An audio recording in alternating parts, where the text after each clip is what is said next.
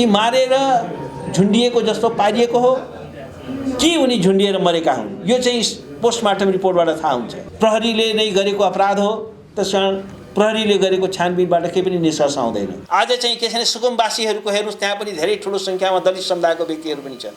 उनीहरूलाई घर बाहिर विहीन चलाइयो, बुलडोजर चलाइयो, के यसैको लागि 2/3 दिएको हो? आज चाहिँ के छ भने उनीहरूको उठीबास गरियो। बालेनजी, तपाईँले जुन सुशासनको विधिको शासनको कुरा गर्नुहुन्छ, तपाईँले चाहिँ माफी मागेको एकचोटि नौटङ्की गर्नुभयो, त्यो नौटङ्की बन्द गर्नुहोस्, कृष्ण बिकेलाई न्याय दिनुहोस्। होइन, बाँकी उहाँकै मान्छे थियो, कसले असहमति जनाउँछ? उहाँको चाहिँ सभामुख उहाँको आफ्नै सभामुख चाहिँ के छ भने अब उहाँले मिलाउनु भएको थियो, आफ्नै फ्लोरमा ल्याउनु भएको थियो। धन्यवाद दिन चाहन्छु, यो राम्रो उहाँले पहल गर्नुभएको छ। किनभने यो कृष्ण बिकेको कुरा मात्र होइन, आज मुलुकका लाखौँ लाख दलितहरू छन्, उनीहरूको न्यायको कुरा हो। आज कृष्ण बिकेलाई जसरी हिरासतमा लगेर हत्या गरियो, यो एउटा जघन्यतम अपराध हो, यो एउटा गम्भीर अपराध हो र एउटा लोकतान्त्रिक समाजको लागि यो कलङ्क हो। किनभने एउटा व्यक्तिलाई प्रहरीले हिरासतमा लिन्छ र त्यो व्यक्तिको हिरासतमा त्यसको मृत्यु हुन्छ र एउटा विडम्बनाको कुरा के हो भने कि त्यो व्यक्तिको बारेमा चाहिँ जाहेरी लिएर जाँदाखेरि जाहेरी समेत दर्ता गर्दैन। हामी एउटा लोकतान्त्रिक राज्यमा छौँ। लोकतान्त्रिक राज्य भनेको के हो? यो विधिको शासन हो जसमा सबैले न्याय हुनुपर्छ, इक्वल जस्टिस फर अल, सबैलाई समान न्यायको कुरा छ। तर आज एउटा चाहिँ पुलिसको कस्टडीमा भएको हत्या, त्यसको पनि छानबिन हुँदैन भने हामी त रुल अफ जङ्गलमा छौँ। यो सरकार चाहिँ 2/3 बहुमत ल्याएर आएको छ, त 2/3 के को लागि हो? न्यायको हकलाई तुषारपात गर्नको लागि हो? जनताको न्यायको हकलाई खोज्नको लागि हो? के को लागि 2/3 हो?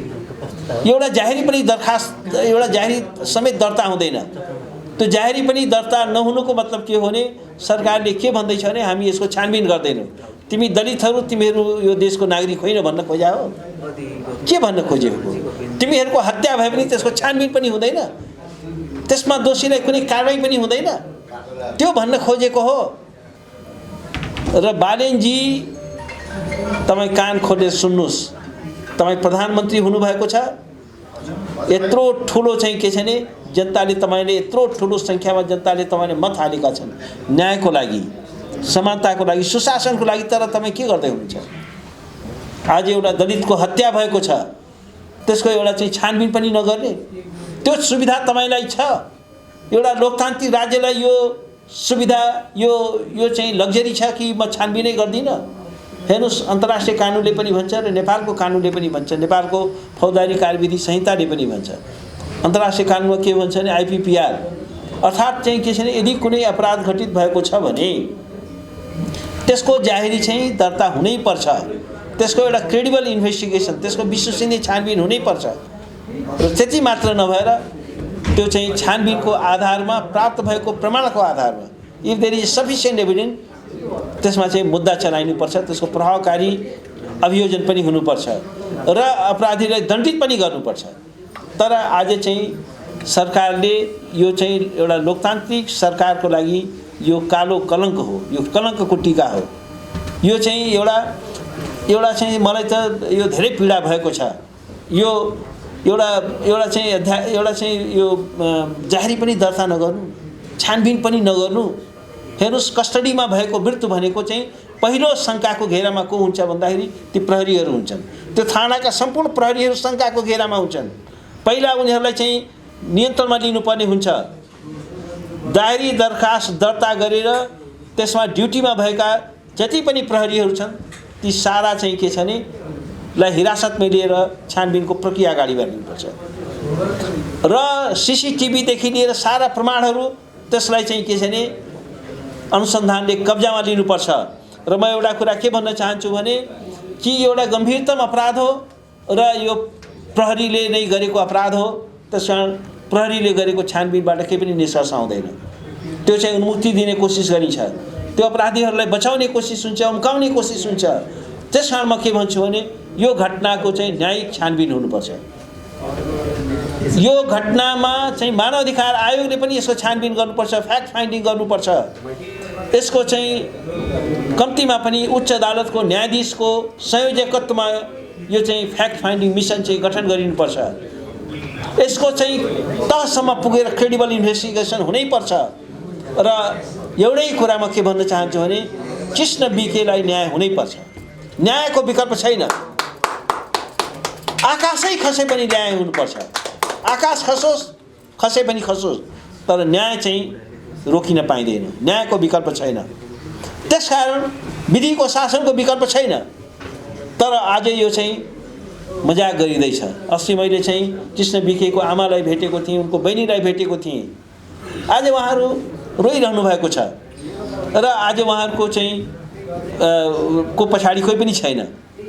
हेर्नुहोस्, राज्य भनेको चाहिँ के छ भने पीडकहरूको संसारमा जहाँ पनि राज्य भनेको लोकतान्त्रिक राज्य भनेको त्यो पीडितहरूको राज्य हुन्छ। तर नेपालमा के भएको छ भने पीडकहरूको राज्य भएको छ। र त्यसमा पनि आज 40औं लाख जनसङ्ख्या दलित छ नेपालको। तिनीहरूको लागि संविधानले वर्णित गरेको समानताको हक छैन। उनीहरूलाई न्यायको हक छैन। उनीहरूलाई उनीहरूको माथि भएको अपराधलाई दण्डित गर्नु पर्दैन, त्यसको छानबिन गर्नु पर्दैन। यो कस्तो लोकतन्त्र हो? यो कस्तो विधिको शासन हो जसमा नागरिकका अधिकारहरू अपहरित गरिएका छन् र एउटा वञ्चित समुदायको व्यक्तिलाई चाहिँ के छ भने न्यायबाट वञ्चित गरिएको छ। र प्रहरी जसले चाहिँ के छ भने गिरफ्तार गर्यो, जसले गिरफ्तार गर्यो उनलाई चाहिँ खुरकोट लग्यो। त्यो किन लग्यो? त्यसमै एउटा बदनीयत छ। त्यसमा को संलग्न थियो? ती साराका सारा चाहिँ के छ भने न्यायको कठघरामा तिनीहरूलाई उभ्याउनै पर्छ। यत्रो गम्भीर अपराध चाहिँ अदण्डित रहनु हुँदैन। यो सिरियस क्राइम हो, गम्भीर अपराध हो, जघन्य अपराध हो। यो अपराध चाहिँ अदण्डित रहनु हुँदैन। र प्रहरीका दाजुभाइहरू, तपाईँहरूले जुन अपराध यो गरेको छ, तपाईहरु चाहिँ के छ भने यसको अन्तर्राष्ट्रिय क्षेत्राधिकार हुन्छ। कस्टडीमा भएको मृत्यु भनेको चाहिँ के छ भने यो अन्तर्राष्ट्रिय प्रकृतिको अपराध हो। यातनाको अपराध भनेको अन्तर्राष्ट्रिय प्रकृतिको अपराध हो। कर्नल लामालाई बेलायतमा मुद्दा चलाइएको थियो। त्यसकारण तपाईहरु चाहिँ के हो भने शान्ति सेनामा पनि जानुपर्ने हुन्छ। नेपालको एउटा प्रतिष्ठा छ। नेपालको चाहिँ के छ भने सेक्युरिटी फोर्सलाई संसारभरि इज्जतले हेरिन्छ। तर यस किसिमको घटनाले आज सुरक्षा निकायको चाहिँ इन्टिग्रिटीमाथि, त्यसको विश्वसनीयतामाथि चाहिँ कालो धब्बा लागेको छ। र एउटा कुरा चाहिँ के हो भने यसलाई जति पनि तपाईले लुकाउन खोज्नुहुन्छ यो लुक्दैन। यो कुरा बाहिर आउँछ र यो चाहिँ मेरो प्रतिबद्धता हो कि जबसम्म कृष्ण बिकेले न्याय पाउँदैनन् तबसम्म यो आन्दोलन रोकिँदैन, यो सत्याग्रह रोकिँदैन। यो एउटा व्यक्तिको कुरा छैन, यो समुदायको कुरा छ, यो न्यायको कुरा छ। न्याय सबैभन्दा माथि छ। न्यायमा कुनै सम्झौता हुन सक्दैन। र त्यसमा चाहिँ के छ भने केही अन्तर्राष्ट्रिय सिद्धान्तहरू छन्। कस्टोडियल डेथ भनेको त्यसको चाहिँ छानबिनै नहुने, सबैभन्दा जघन्य प्रकृतिको अपराधलाई चाहिँ कस्टोडियल डेथ, हिरासतमा भएको मृत्यु, त्यो राज्यको चाहिँ नियन्त्रणमा त्यो अपराध घटित भएको छ। र एउटा कुरा के छ भने जुन चाहिँ यसलाई चाहिँ आत्महत्या भनेर प्रचारित गरिएको छ, तर यो कुरा चाहिँ पोस्टमार्टम रिपोर्टबाट थाहा हुन्छ कि मारेर झुन्डिएको जस्तो पारिएको हो कि उनी झुन्डिएर मरेका हुन्। यो चाहिँ पोस्टमार्टम रिपोर्टबाट थाहा हुन्छ। तर पोस्टमार्टम पनि के हो भने म के भन्छु भने यो एउटा जिल्ला अस्पतालको होइन, यो चाहिँ के छ भने टिचिङ अस्पतालको यसको फोरेन्सिक एक्सपर्टको बोर्डले चाहिँ के छ भने डाक्टरहरूको टिमले यो चाहिँ पोस्टमार्टम यसको गरिनुपर्छ। हामीले देखेका थियौँ नवराज बिकेको मुद्दामा म गएको थिएँ। त्यहाँ चाहिँ के छ भने त्यसमा पोस्टमार्टम रिपोर्ट नै चाहिँ के छ भने बदमासी गरिएको थियो। त्यो नै एउटा झुटो रिपोर्ट दिएको थियो। किनभने त्यो हेर्नुहोस् जहिले पनि के हुन्छ भने लासले आफ्नो मृत्युको बारेमा बोल्छ। यदि मान्छे झुन्डिएर आत्महत्या गरेको छ भने लासले बोल्छ। तपाईले चाहिँ के छ भने प्रमाणहरू मेटाउन सक्नुहुन्छ, तर लासले जुन बोलिरहेको कुरालाई तपाईले त्यसको भाषालाई बुझ्नु भने तपाईँ मृत्युको कारण थाहा हुन्छ। त्यहाँ भनेको थियो cause of death is ड्राउनिङ, cause of death is ड्राउनिङ भनेर नवराज बिकेको खेतमा डुबेर मरेको भनिएको थियो। तर जिउभरि चोटै चोट थियो। कुनै पनि डुबेर मर्ने मान्छेले चाहिँ के छ भने जिउभरि चोटपटक हुँदैन उसको। यहाँ पनि के छ भने कृष्ण बिकेको जिउभरि चाहिँ नीलडामहरू छ, उनलाई यातना दिएको छ। यो चाहिँ प्राइमा फेसी प्रथम दृष्टिमा त्यो कुरा देखिन्छ। त्यसकारण चाहिँ के छ भने यसको चाहिँ जुन पोस्टमार्टम चाहिँ क्रेडिबल ढङ्गले हुनु पर्यो। र न्यायभन्दा कानुनभन्दा कोही पनि माथि छैन। तपाईँ जतिसुकै ठुलो हुनुहोस्, तपाईँ प्रहरी भएपछि त तपाईँको त क्रिमिनालिटी झन् ज्यादा बढी हुन्छ। तपाईँको दायित्व चाहिँ नागरिकहरूको रक्षा गर्ने हो। त तपाईँले नै नागरिक अधिकार खोज्न थाल्नुभयो भने तपाईँले झन् बढी दण्डको मात्रा बढी हुन्छ, अपराधको चाहिँ के छ गम्भीरता बढी हुन्छ। त्यसकारण हामी सबैले कृष्ण बिकेको लागि आवाज उठाउँ। नेपालको एउटा विडम्बना के छ भने यहाँ दलितको इस्यु आयो भने दलितले मात्रै बोल्नुपर्छ है भन्छ। यहाँ चाहिँ महिलाको इस्यु हो भने महिलाले मात्रै बोल्नुपर्छ।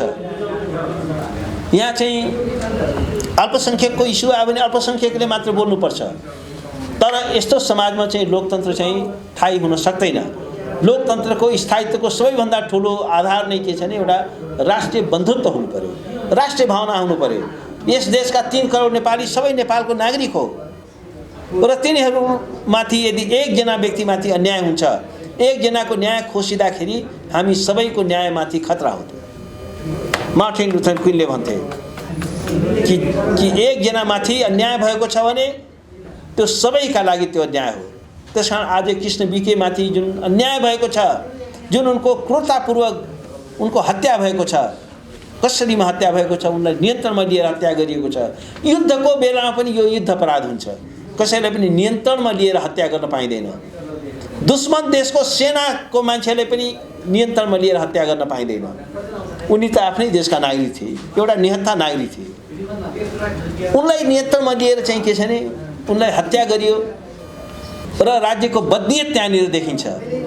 बालिनजी, तपाईँले जुन सुशासनको विधिको शासनको कुरा गर्नुहुन्छ, तपाईँले चाहिँ माफी मागेको एकचोटि नौटङ्की गर्नु हो। त्यो नौटङ्की बन्द गर्नुहोस्, कृष्ण बिकेलाई न्याय दिनुहोस्। कृष्ण बिकेको पहिला जारी दरखास्त दर्ता गर्नुहोस्, विश्वसनीय ढङ्गले पोस्टमार्टम गराउनुहोस् र त्यसका चाहिँ अपराधीहरूलाई, त्यसमा चाहिँ दोषीहरूलाई न्यायको कठघरामा उपस्थित गर्नुहोस्। कामले तपाईँको प्रतिबद्धता देखिन्छ। यो नौटङ्की गरेर हिपोक्रेसी गरेर चाहिँ माफी मागे जस्तो त्यसमा केही पनि अर्थ छैन। रवि लामिछानेजी, तपाईँले पनि बडो माफीको कुरा गर्नुहुन्छ, खै त केही बोल्नुभयो यसमा तपाईँले? आज कृष्ण बिके मानव यो देशको नागरिक नै होइन जस्तो गरिएको छ। त्यसो गर्न मिल्छ? त कृष्ण बिके हाम्रै भाइ हुन्, हाम्रै छोरा हुन्, हाम्रै परिवारको एउटा सदस्य हो। त्यही त मैले त्यही भन्न खोजेको होइन। ध्यानाकर्षण त उहाँले चाहिँ के छ भने यो न्यायलाई सुनिश्चित गर्नु पर्यो, कान खोलेर सुन्नु पर्यो। उहाँले यो नौटङ्की गरेर हुँदैन, माफी मागेको नाटक गरेर हुँदैन। रियल जस्टिस हुनु पर्यो, वास्तविक न्याय हुनु पर्यो।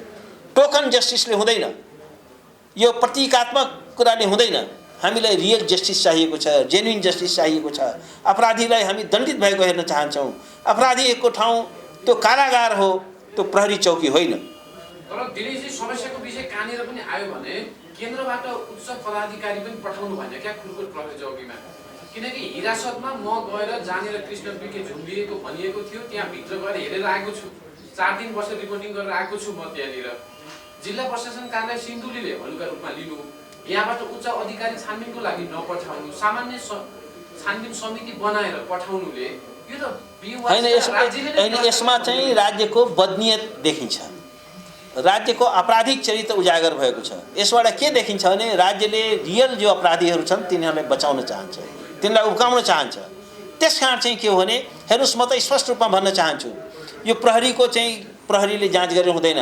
कमसे कम चाहिँ के छ भने उच्च अदालतको न्यायाधीशको चाहिँ संयोजकत्वमा चाहिँ छानबिन समिति बन्नु पर्यो, त्यो आयोग बन्नु पर्यो।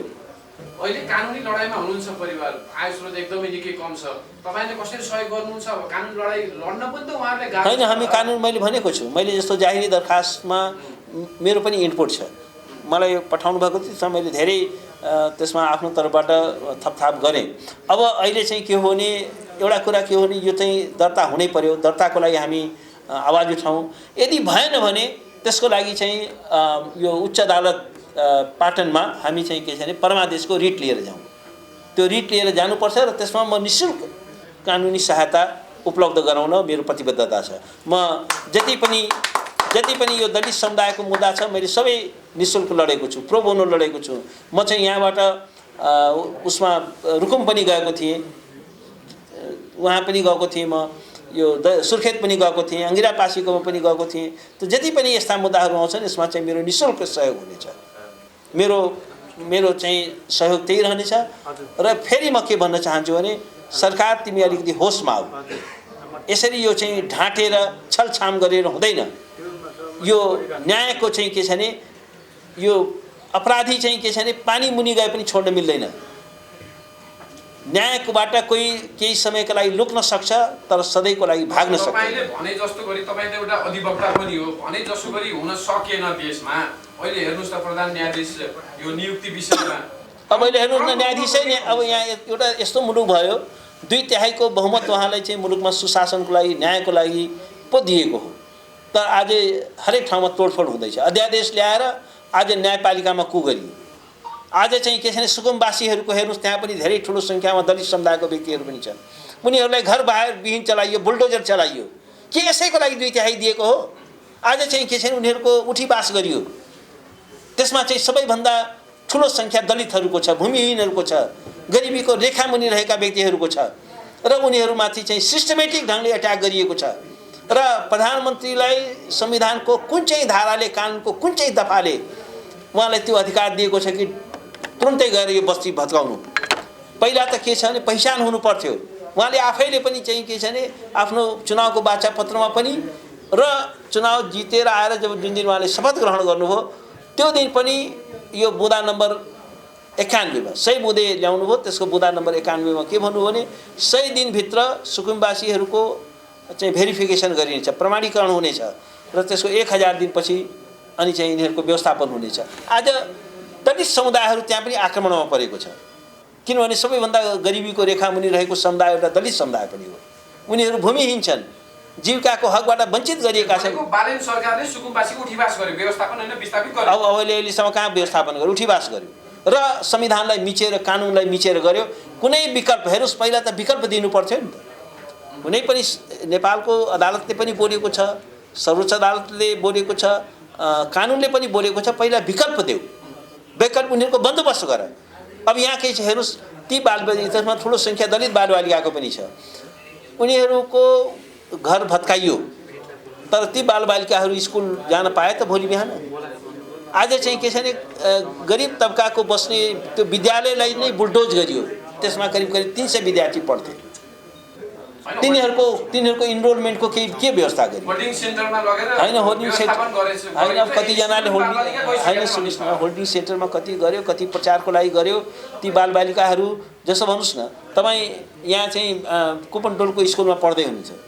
अब अहिले चाहिँ तपाईँ चाहिँ 20 किलोमिटर टाढा राख्नुभयो, त्यो एउटा चाहिँ बालबालिका त्यहाँ स्कुलमा आउन सक्छ? तपाईँको चाहिँ के छ भने होल्डिङ सेन्टरमा राख्नुभयो, तपाईँ चाहिँ के छ भने यहाँ चाहिँ कपनमा तपाईँको चाहिँ झुप्रो थियो, तपाईँलाई अहिले लगेर कीर्तिपुरमा राखियो, अनि तपाईँको चाहिँ जीविका खोसिएन? जीविका खोसियो कि खोसिएन? अनि त्यहाँ पनि अब राखेको भनिएको छ, कस्तो स्थिति छ, खाना पाएको छ कि छैन? मैले देखेको थिएँ एकजना सुत्केरी महिलाको क्रन्दन। उनले के भन्थिन् भने मेरो बच्चा छ, अब यो चिसो भुइँमा म कसरी सुत्ने, यसलाई पोसिलो खानेकुरा पनि मैले दिन पाएकी छैन। त त्यो स्थिति जुन एउटा मानवीय सङ्कटको स्थिति पैदा गरिएको छ, यो चाहिँ मानवतामाथिको यो प्रहार हो। अब प्रधान न्यायाधीश नियुक्तिको विषयमा तपाईँको धारणा के छ? प्रधान न्यायाधीशको जुन यो नियुक्ति गरियो यो चाहिँ संविधानको लेटर एन्ड स्पिरिटको खिलाफमा छ। अहिलेसम्म नेपालको न्यायिक इतिहासमा कहिले पनि वरिष्ठतालाई कहिले पनि चाहिँ के छ भने मिचिएको थिएन। वरिष्ठतालाई जहिले पनि सम्मान गरिएको थियो। तर अहिले के गरिएको छ भने वरिष्ठतालाई मिचेर यो चाहिँ जुन नियुक्ति गरिएको छ, यसले गर्दाखेरि चाहिँ के छ भने एउटा बदनियतपूर्ण तरिकाले पहिला त अध्यादेश ल्याइयो। अध्यादेश ल्याउने कुरा नै त्यो चाहिँ संविधानको धारा 284 लाई निष्क्रिय हुने गरी, त्यसमा ग्रहण लाग्ने गरी त्यो चाहिँ अध्यादेश ल्याइयो र अध्यादेशको अहिले दुरुपयोग गरेर अहिले चाहिँ के छ भने प्रधान न्यायाधीश अदालतमा पनि चाहिँ के छ भने कु गरियो। तर त्यसो हो भने त्यो सदनलाई सिफारिस गरिएको छ नि? होइन, सिफारिस यस्तो छ, सिफारिस त्यो त एउटा चाहिँ के छ भने दिएको हुन्छ, तर त्यसको अर्थ के छ भने बेस्ट एन्ड एभरेस्टलाई दिनुपर्छ। अहिलेसम्म पहिले पनि सिफारिस गर्थ्यो नि त 6 जनाको, त पहिले त किन वरिष्ठलाई दिन्थ्यो, वरिष्ठलाई दिन्थ्यो नि, त किन त्यो परम्परा मिचियो? किनभने सर्वोच्च अदालतमा चाहिँ आफ्नो कम्फर्टेबल मान्छे ल्याउनलाई आफ्नो अनुकूलको व्यक्तिलाई न्यायालयलाई पनि के छ भने कब्जा गर्न खोजिएको छ। मैदानमा 6 जना दौडाइसकेपछि त यो क्षमताको आधारले चुन्नुपर्ने होइन, नियुक्ति गर्नुपर्ने होइन भने होइन क्षमता होइन क्षमता तपाईँले के आधार क्षमताको वस्तुगत क्राइटेरिया के हो? मूल्याङ्कन गर्यो सरकारले होइन कहाँ मूल्याङ्कन गर्यो? 5 मिनट बैठक बसेर मूल्याङ्कन हुन्छ? त्यस कारण के छ भने यो चाहिँ संविधानमाथिको आक्रमण हो, यो न्यायपालिकाको माथि आक्रमण हो र यो कुरा चाहिँ स्वीकार्योग्य हुन सक्दैन। मेरो होइन बाँकी उहाँकै मान्छे थियो, कसले असहमति जनाउँछ? उहाँको चाहिँ सभामुख उहाँको आफ्नै सभामुख चाहिँ के छ भने अब उहाँले मिलाउनु भएको थियो, आफ्नै फ्लोरमा ल्याउनु भएको थियो। त्यसो भए समग्र राजनीतिक विषयमा बालेन सरकारले 1 मिनेटमा मिठो सन्देश दिनुहोस् त, के भन्नुहुन्छ? बालेन सरकारले अहिले यो मुलुकको लोकतान्त्रिक प्रक्रियालाई अपहरित गर्न खोज्दैछ, नागरिकको न्यायको अधिकारलाई खोज्न खोज्दैछ र यसमा चाहिँ के छ भने उसका जति पनि नियुक्ति छन् ती सबै विवादस छन्। एउटा महान्यायाधिवक्ता विदेशमा चाहिँ के छ भने 20औं वर्ष अब भनाइ छ कि त्यो विदेशको नागरिकता लिइसक्यो, तर पनि एउटा कुरा त स्पष्ट छ कि 15 वर्षसम्म लगातार नेपालमा वकालत गरेको व्यक्ति हुनुपर्छ। त्यो मान्छे जस्ट 1 वर्ष अगाडि मात्रै नेपाल फर्केको छ, यसै पनि त्यो कानुनको उल्लङ्घन भइहाल्यो, संविधानको उल्लङ्घन भयो। अब अहिले सर्वोच्च अदालतमा हात हालेको छ। त्यसकारण चाहिँ के छ भने यो एउटा अस्थिरताको दौरमा यो संवैधानिक अस्थिरता मचाउन खोज्दैछ, अराजकता मचाउन खोज्दैछ र यो लोकतन्त्रको खिलाफमा छ। यस्तो कुरालाई चाहिँ के छ भने स्वीकार योग्य हुन सक्दैन। अब मेरो मुद्दाको पालो आयो, म दौड्नुपर्छ है।